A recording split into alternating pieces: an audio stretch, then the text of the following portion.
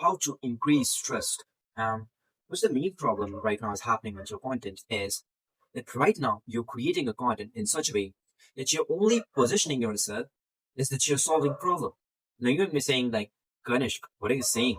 But the actual problem isn't in how you solve the problem, but it's in the way how you solve the problem and how it resonates with their similarity in the amount of knowledge that they're having right now. So let's say you are a mindset coach who's teaching people to make to train their minds to make more money. But eventually, how is that going to help? It is going to help by changing the trajectory of their thoughts. Now, what is the thing that your ideal client is actually needing right now? So the problem is in changing the trajectory of their thinking by understanding that what they are actually wanting and how we can complete their desire and their pain. Now, let me show it to you that how you could do in just three simple steps. The first step is how does their brain think? So thinking in such a way that you're understanding like when they're facing the problems, there might be 10 things that would surround them with their culture, their language, and there would be 10 different problems. Because in this world, there are a lot of problems and we are the problem solvers. Yes, you and me. And the next step is what do they want that I've already talked about. The third step is the main step that where actually most people fail. Like you may even discover like what's the first step, what's the second step, but the third step is the most major step, how to deliver it.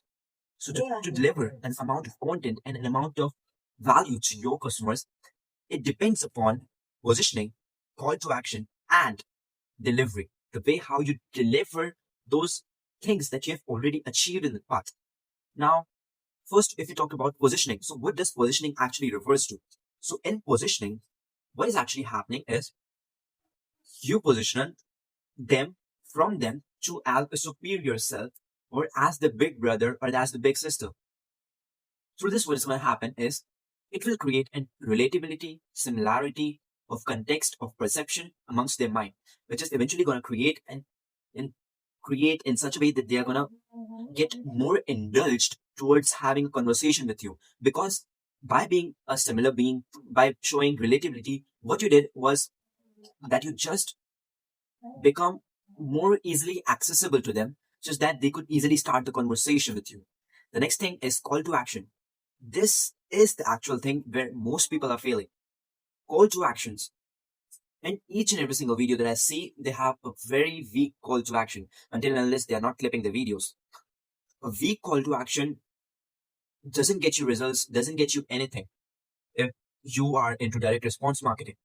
Those call to actions are to break down like what's the next step that they need to take after watching the video. And since we are in short form audience and we have shorter attention span, so we need to create the call to action so that they could get up and take that step towards that action that you are pursuing it to them. The next thing is delivery, and I'm going to relate it with basketball. Because what happened is when someone in basketball game passes you the ball, you catch the ball, and there's the ring in front of you. But if you don't know how to deliver the ball to the ring, then how are you going to make a basket?